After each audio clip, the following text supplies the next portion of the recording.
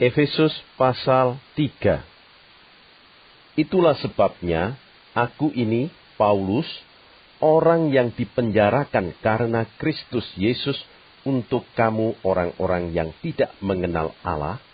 Memang kamu telah mendengar tentang tugas penyelenggaraan kasih karunia Allah yang dipercayakan kepadaku karena kamu, yaitu bagaimana rahasianya dinyatakan kepadaku dengan wahyu, seperti yang telah kutulis di atas dengan singkat.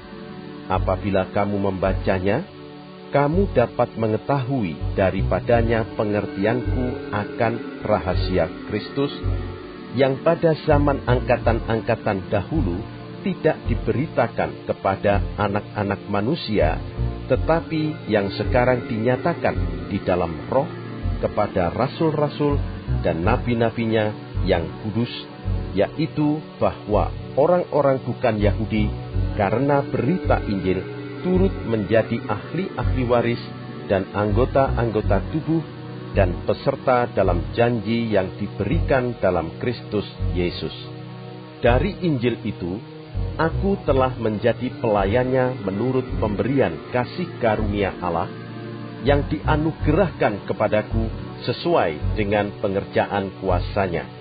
Kepadaku, yang paling hina di antara segala orang kudus, telah dianugerahkan kasih karunia ini untuk memberitakan kepada orang-orang bukan Yahudi kekayaan Kristus yang tidak terduga itu, dan untuk menyatakan apa isinya tugas penyelenggaraan rahasia yang telah berabad-abad tersembunyi dalam Allah, yang menciptakan segala sesuatu, supaya sekarang oleh jemaat diberitahukan berbagai ragam hikmat Allah kepada pemerintah-pemerintah dan penguasa-penguasa di sorga, sesuai dengan maksud abadi yang telah dilaksanakannya dalam Kristus Yesus Tuhan kita.